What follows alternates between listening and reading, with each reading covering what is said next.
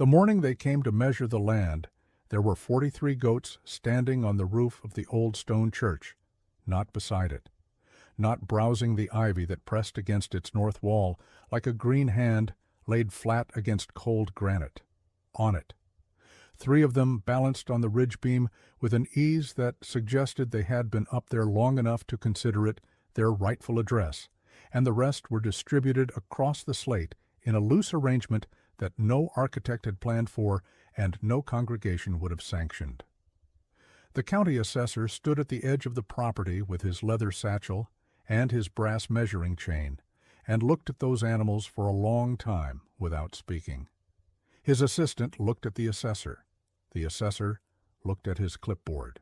Clementine Holt leaned on the fence post at the top of the rise and watched him arrive at the same conclusion the whole valley had been arriving at for 2 years now, which was that the land and the woman and the animals on it had done something none of them had been willing to admit was possible. That was October of 1909. 2 years and 4 months earlier, on a raw June morning in the county seat of Harlow, it had looked considerably different.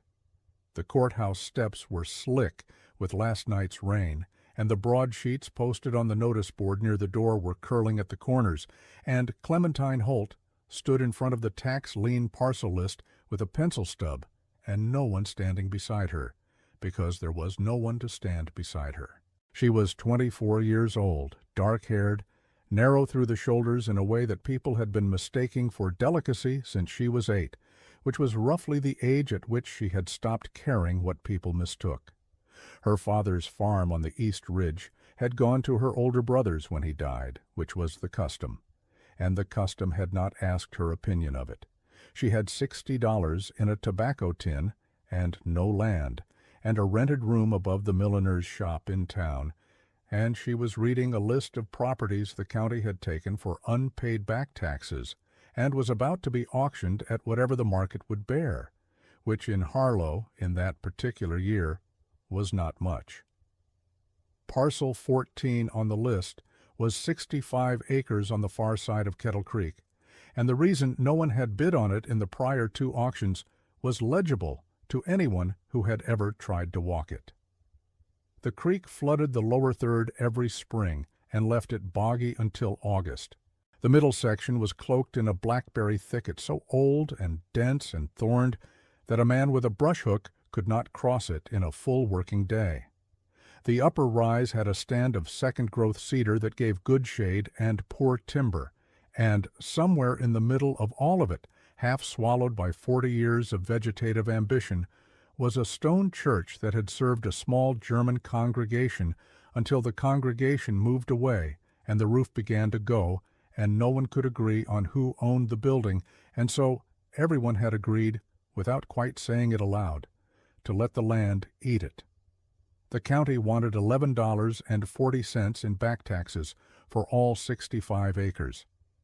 Clementine Holt bid 12, because she was not a woman who liked a near thing, and she walked out the courthouse door the owner of the most laughed-at parcel in Harlow County. She heard the laughter plainly enough. It was the kind that people do not bother to muffle because they do not believe the subject of it can do anything about it.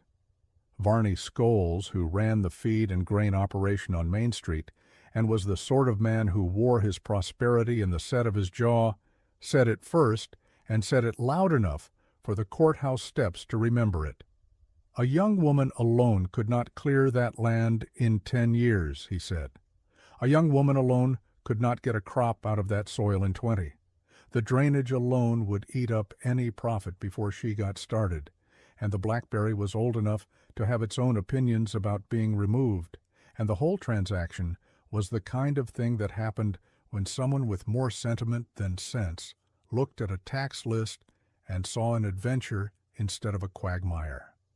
He said it with his thumbs in his vest pockets and a half-smile that was not quite a smirk, but was close enough to one that no one missed the meaning. Clementine listened to the part she was near enough to hear, nodded once, and walked to where her rented wagon was tied. She had already been to see old August Brenner, who lived on the property that bordered hers to the north, and whose family had farmed that valley for 30 years. He was 71, wiry, with the patient eyes of a man who had watched a great deal of weather and learned not to be surprised by it. His wife had died the previous winter, and he lived alone with a hound dog and a kitchen garden that was better tended than most people's fields. He had walked Clementine's new parcel with her on the day she bid on it, not to appraise it or advise her against it, but because she had asked, and he was the kind of man who took a request for an honest look as a serious matter. He had stood in the Blackberry with the thorns plucking at his coat and looked at the slope of the land and the way the water moved when he pushed a stick 2 inches into the mud. And then he had stood quiet for a while the way he always did before he said anything of weight. "The land knows what it is," he said finally. "You only have to ask it the right question." She had written that down when she got back to town, not because she needed reminding, but because she wanted to keep it. The question she had been asking, even before she walked the land, was about goats. Most of the valley ran cattle or hogs. Goats were an old country animal, a poor country animal, a thing you kept if you had no better option, or if you were August Brenner and kept 3 for the milk and the cheese and the company, which was not the same as keeping them for a purpose. The common wisdom held that goats were trouble, that they ate what they should not and jumped where they should not, and generally conducted themselves with an independence of spirit that did not suit a tidy operation. The common wisdom was correct about all of these things and had stopped listening before it got to the part that mattered. What goats did, what they did as naturally and thoroughly as breathing, was clear land. They did not merely graze it, they consumed it with a completeness that was almost philosophical. Brush, briar, bramble, blackberry, bark at the base of saplings, the dry heads of thistles, the runners of invasive vines that had been building their case for possession since before the church congregation departed, goats ate all of it.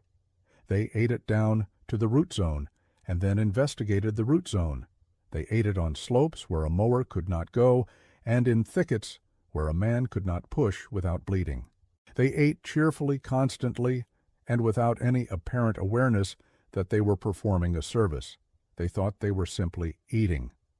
Clementine had read this in 3 different places and confirmed it with August, who had confirmed it by pointing at the single tidy acre around his barn that his 3 goats had kept clear for a decade, without a blade or a hoe touching it. And she had reasoned in the quiet of her rented room above the milliner's shop, with the pencil stub and a scrap of brown paper, that 65 acres of thorned and tangled worthlessness, plus a sufficient number of goats, given sufficient time, would produce something different from what it currently was. The arithmetic was not complicated. The patience required was, she spent $31 of her remaining $48 on the first 12 goats, which she bought from 3 different farms over a radius of 20 miles because she did not want the whole valley discussing her plans before she had made any progress worth discussing. She moved onto the land on a Tuesday in late June and slept the first night in the bed of her wagon under the cedars on the upper rise, listening to the creek and the sound of 12 goats adjusting themselves to a new place, which they did with a good deal of shuffling and opinion stating that eventually settled into a steady chorus of tearing and chewing that was, in its own way, reassuring. She built the first fence before she built shelter for herself. August came over on the second morning and helped her stretch wire without being asked, and then stayed for 3 days doing it, and the conversation they had during those 3 days was the best education she had received since she was old enough to work alongside her father. He told her which slopes drained and which held water, and where the old drainage tiles from the church's founding congregation lay under the mud at the creek's edge. He told her where, under the black upper soil of the rise, there was a band of clay that would hold moisture through a dry August and that she would want some day to have on her side. He told her the church was built from stone quarried a mile east, and that the stone was limestone, not sandstone, and would stand another 100 years if she let it. The goats went to work.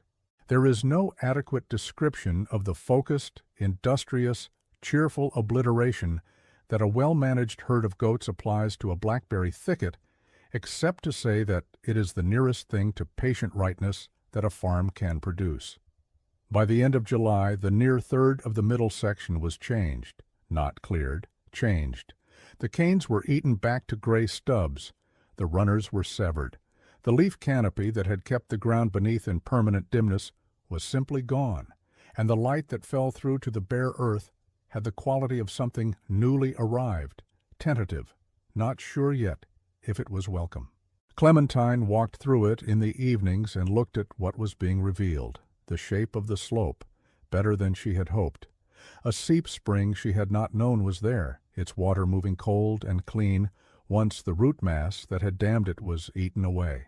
The first glimpse of the church's north gable, above the remaining canes, limestone pale as an old tooth, moss dark at the waterline, intact. She told no one what she was finding.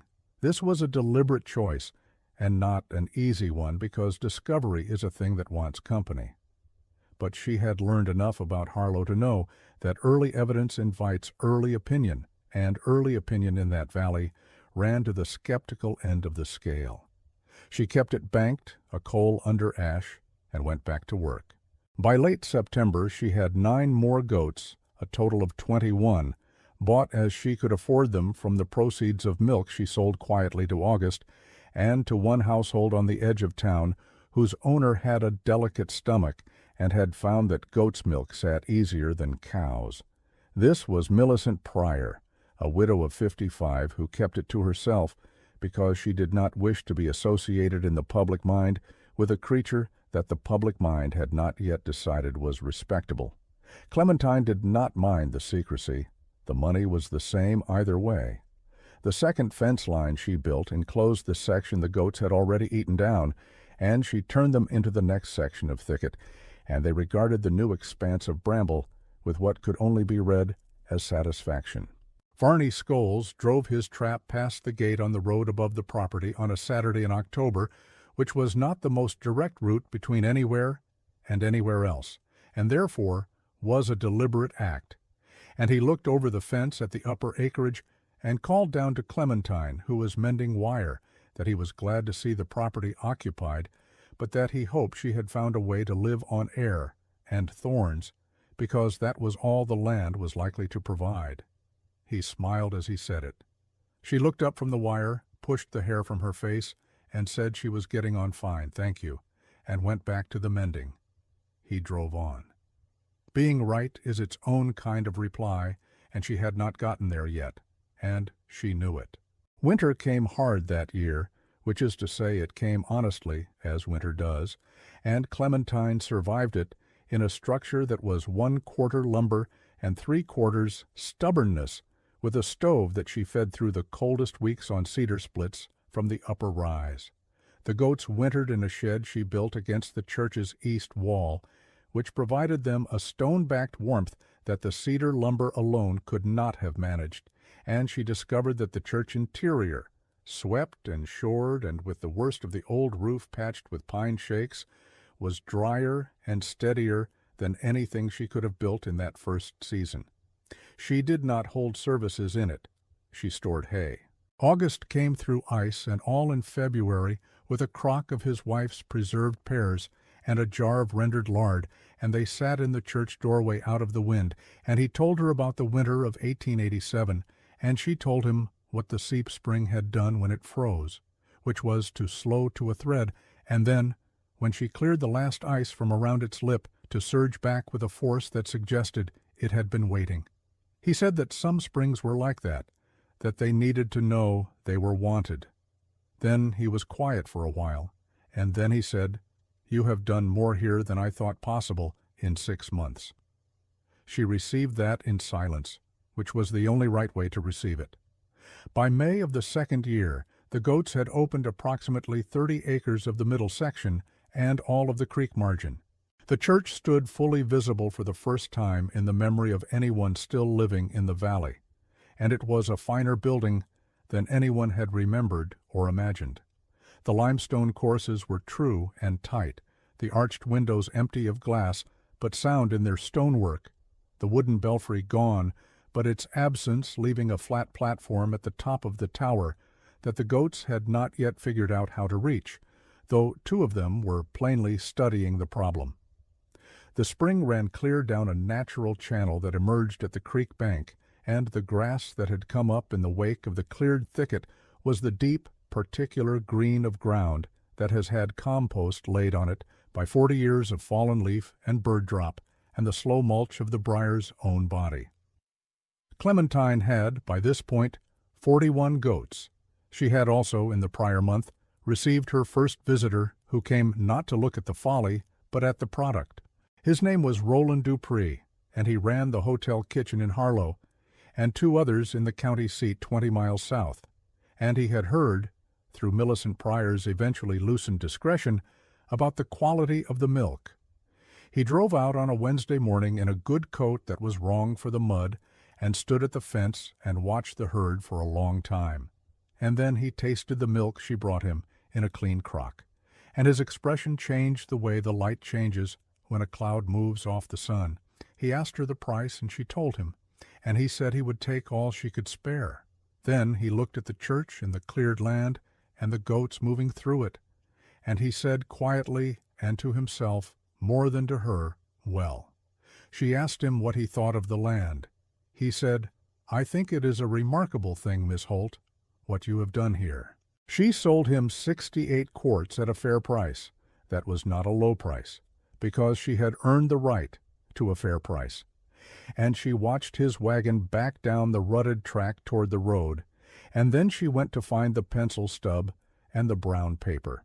And she did the arithmetic of the second year, and the number she arrived at was one that, for the first time, had a direction she liked. The goats moved into the final section of thicket in June.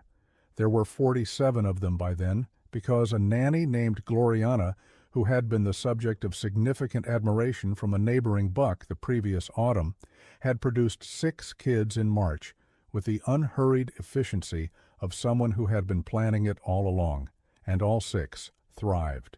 Clementine had named the kids, which she had not initially intended to do, but which had happened in the way that things happen, when you are alone, and the creatures you tend each have a distinct character and a distinct face, and there are only so many mornings you can look at the same face before you give it a name.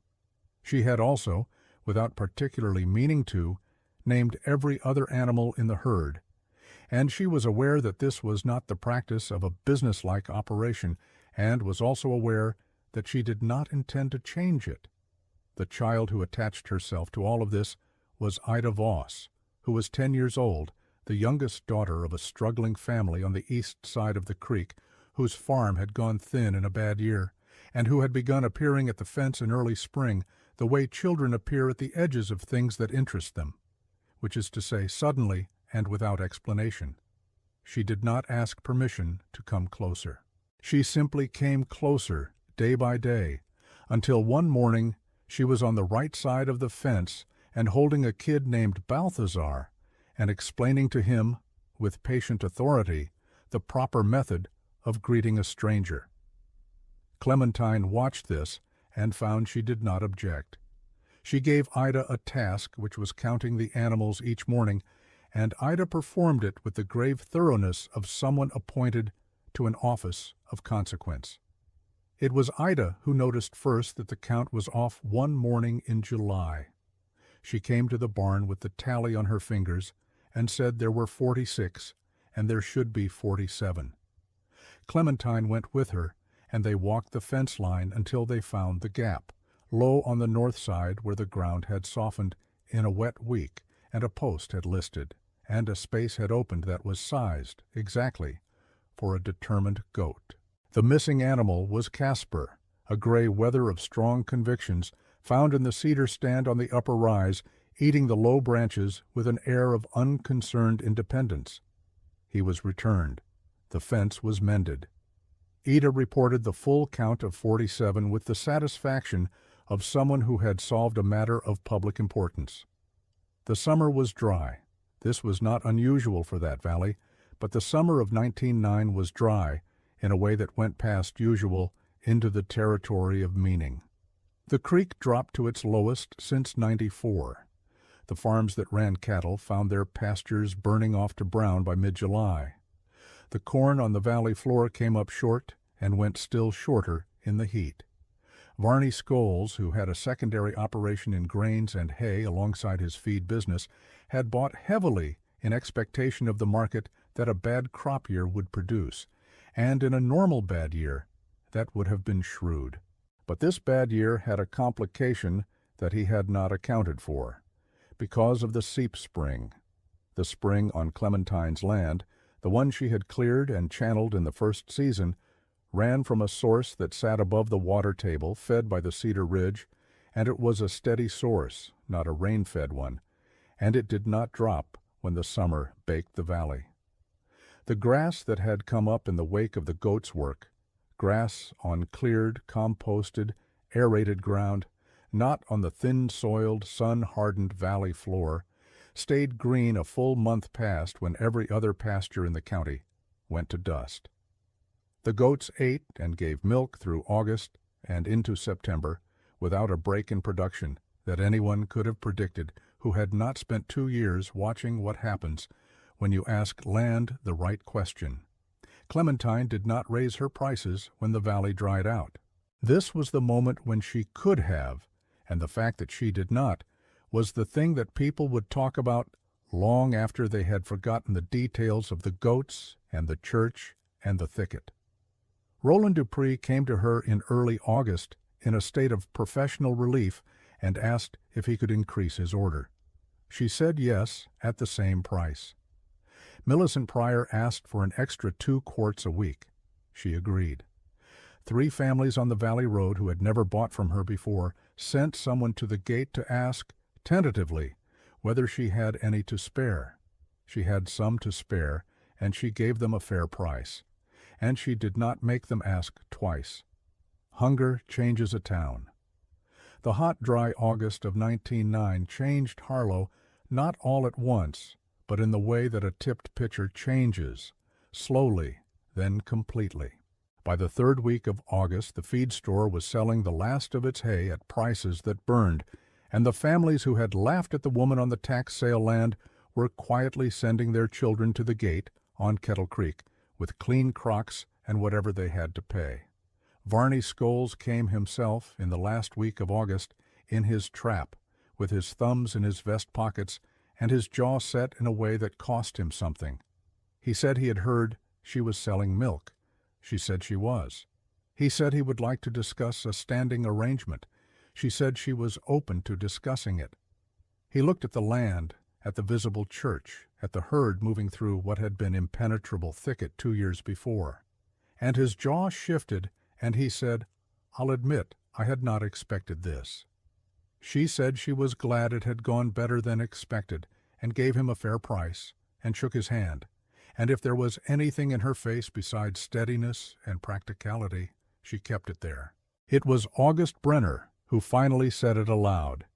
He had come over to help clear the last of the cedar deadfall from the church's south wall, an October task, and they were working in the low morning light, with the valley beginning to show its fall color below them, and he stopped and leaned on his axe handle and looked at the 43 goats on and around the church roof with an expression that was as close to delight as a man of his disposition could reasonably produce. The assessor's wagon had just appeared on the road above. August watched it come down the track, and he said, "They did not think the land was worth the trouble, yes?" She said that was roughly what they had thought. He was quiet for a moment. Then he said, "They were measuring the trouble, not the land." She kept that one too. The assessor spent 2 hours on the property, moving with his brass chain and his clipboard from boundary marker to marker, recalculating again. He noted the improved drainage. He noted the cleared and productive acreage. He noted the spring and its output.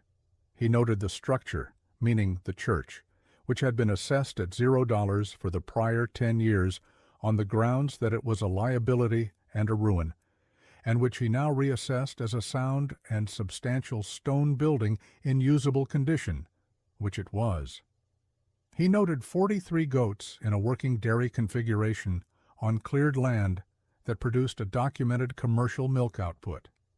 His assistant wrote everything down with focused diligence and no comment. When they were done, the assessor came to Clementine, where she stood at the fence, and said that the assessed value of the parcel would need to be revised upward, as she had no doubt understood it would. She said she had understood that, yes. He said the figure he had in mind was, and he told her, and she nodded. She had done that arithmetic in February, and again in May, and again last week, and the figure he named was one she could carry without strain. He also said, and this was not on his clipboard, he said that he had been doing this work for 19 years, and he had not often had occasion to write the word remarkable in a tax assessment, and he was going to write it this time. She thanked him, and he tucked his clipboard under his arm and looked up at the 3 goats on the church's ridge beam, and shook his head, and she thought she saw him smiling as he walked back to his wagon. What those 65 acres had been, she knew, was not worthless. It is easier to believe a thing is rotten than to admit you were wrong to mock it. The land had been difficult, which is a different thing entirely. Difficult land asked the right question, given the right instrument, and allowed the time it required, answered in the only currency it knew. It grew. It cleared. It fed water up from its own depth. It revealed a building that 40 years of neglect had been keeping safe by keeping hidden, as though it had been waiting for someone willing to clear away the years and receive it. Ida Voss stood at the fence with her arms crossed in the manner of someone with official duties, and watched the assessor's wagon go up the track and out of sight. Without turning, she announced that Balthazar had gotten through the north fence again and was in the cedar stand. Clementine said she supposed they had better go and get him. Ida nodded with the gravity of someone accepting a necessary assignment, and they went. August came for supper that evening, as he sometimes did now that the days were shortening and the long quiet of the winter was beginning to send its advance notices. They ate at the table Clementine had built from cedar planks in her second month on the land, and the food was simple and good, and the lamp was low, and the goats were settled in their shed against the warm limestone of the church's east wall, and outside the valley had gone dark, and the creek ran low but clean. He was quiet for most of the meal, as he usually was, and then near the end he said, "You remember what I told you when we first walked this land?" She said she did. He said, "The land knows what it is. You only have to ask it the right question." She said yes, she remembered. He said, "You asked the right question." She set down her fork and looked at the table for a moment, and the ceiling, and the stone wall that had been standing since before either of them was born. And then she looked at him and said she had had good help with the question. He waved that off in the way of a man who does not accept credit easily, which was the same as accepting it. Outside, on the slate roof of the old church, 3 goats had settled for the night on the ridge beam, where they had apparently decided, in their own good time, to remain. Whether they understood what had been done around them, and because of them, and through them, the clearing and the revealing and the feeding and the quiet steady proof of a thing that everyone agreed could not be done, was a question not easily answered. They were goats. They had eaten what was in front of them. They had found the high ground and stood on it. There are worse ways to be right.